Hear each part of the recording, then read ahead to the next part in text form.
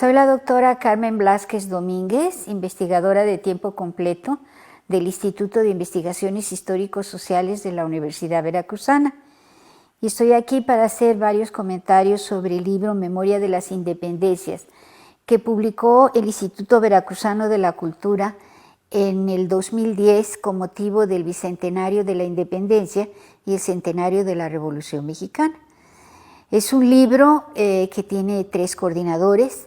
el doctor José Ronzón y la doctora Silvia Pape, que son académicos de la Universidad Metropolitana del Campus Azcapotzalco, y una servidora. Congrega alrededor de 15 artículos de diferentes académicos de estas instituciones y también de la Universidad de Sonora. Es un libro que en un momento dado reflexiona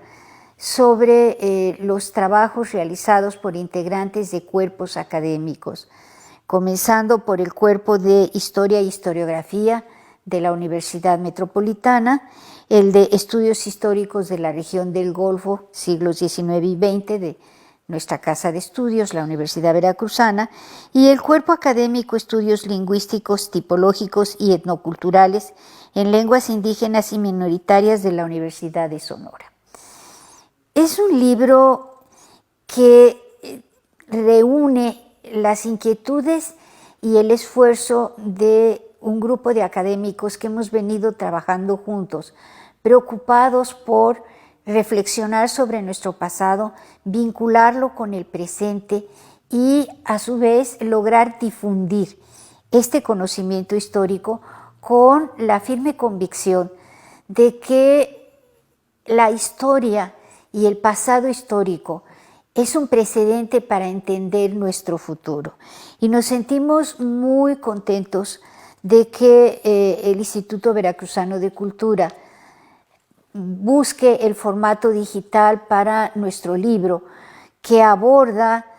una coyuntura histórica muy relevante, como fue el movimiento de independencia de México de 1810.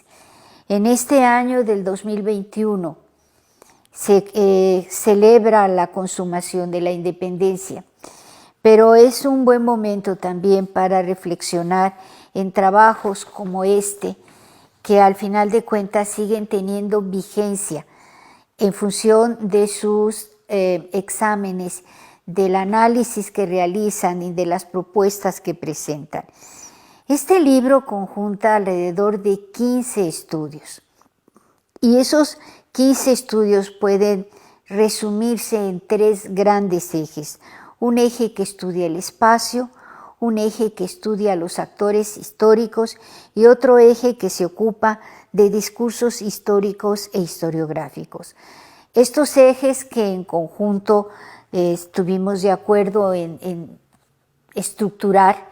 para que el libro tuviera una mayor repercusión, nos ayudan a entender estos procesos históricos. El primero, el del espacio, es un texto, una parte de eje que está mucho más centrado en espacios regionales, lo cual es importante si uno quiere tener una mirada sobre lo que fue el movimiento de insurgencia en diferentes regiones. Esas regiones van dando un cariz distinto y sobre todo en el caso de Veracruz resulta de vital importancia, no solo por el propio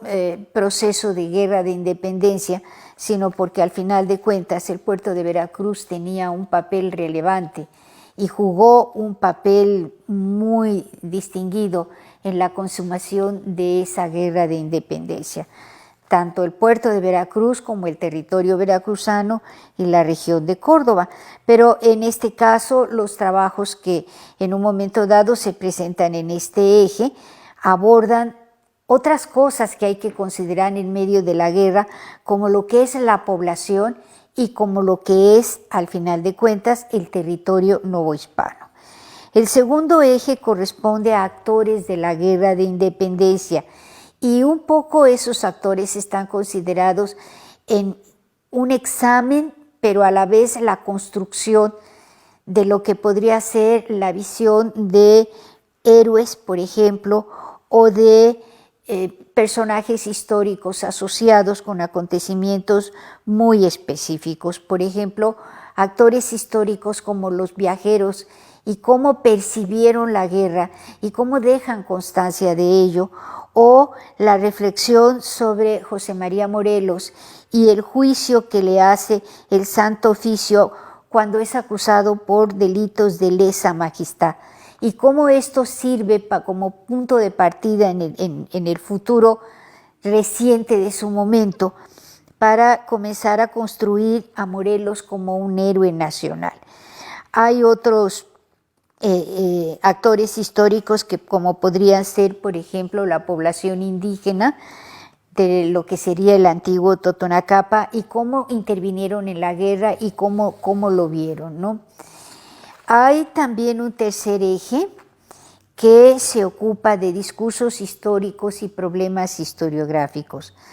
Hay un texto que está centrado en la revisión historiográfica de obras clásicas veracruzanas, que tiene la pretensión de mostrar cómo se ha concebido por otros historiadores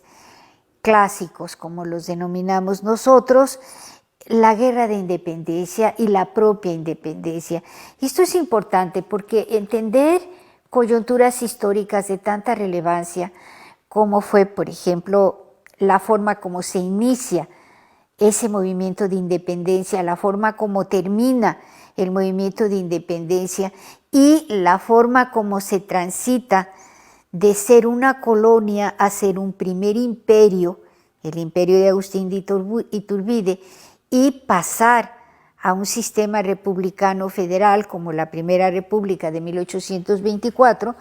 implica en un momento dado tratar de entender a esos espacios, esos actores y esas reflexiones que hablan de cómo se construye, cómo se va construyendo la visión de lo que sería un nuevo país,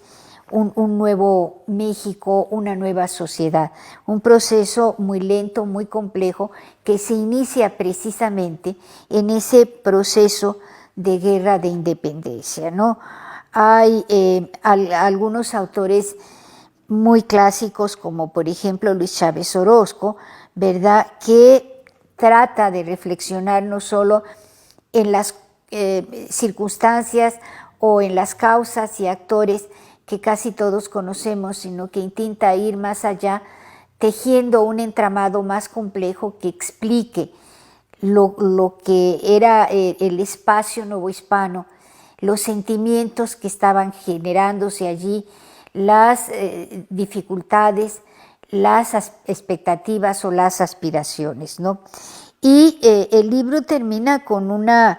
reflexión realizada por la propia Silvia Pape, tratando de reflexionar sobre la identidad, la no identidad y el tiempo, ¿no? Es como cerrar un poco cómo se inicia ese proceso de separación de España para terminar en algo que es México, y cómo se inicia la construcción de una identidad distinta que no se da de ninguna manera en el momento en que se firman los tratados de Córdoba, se hace un poco la reflexión de que se consigue la independencia, ¿verdad?, sino que es el punto de partida de una lenta y compleja construcción de lo que es el país o lo que será el país, de lo que serán los ciudadanos que están en él considerados ciudadanos de un nuevo país independiente, y de lo que quieren que sea la sociedad en la que viven, hacia dónde va, cómo se conforma, cuáles son las prioridades y las vocaciones que se van percibiendo, ¿no? La construcción de una identidad era algo muy difícil y va a tener lugar a lo largo del siglo XIX, pero la pretensión de textos como los que aglutina este libro tiene que ver sobre todo con tratar de llevar a reflexionar al conjunto de otros sectores sociales, estudiantes, ciudadanos normales, otros académicos, sobre lo que significó realmente la independencia, más en un año como este del 21, y llevarlos a cuestionar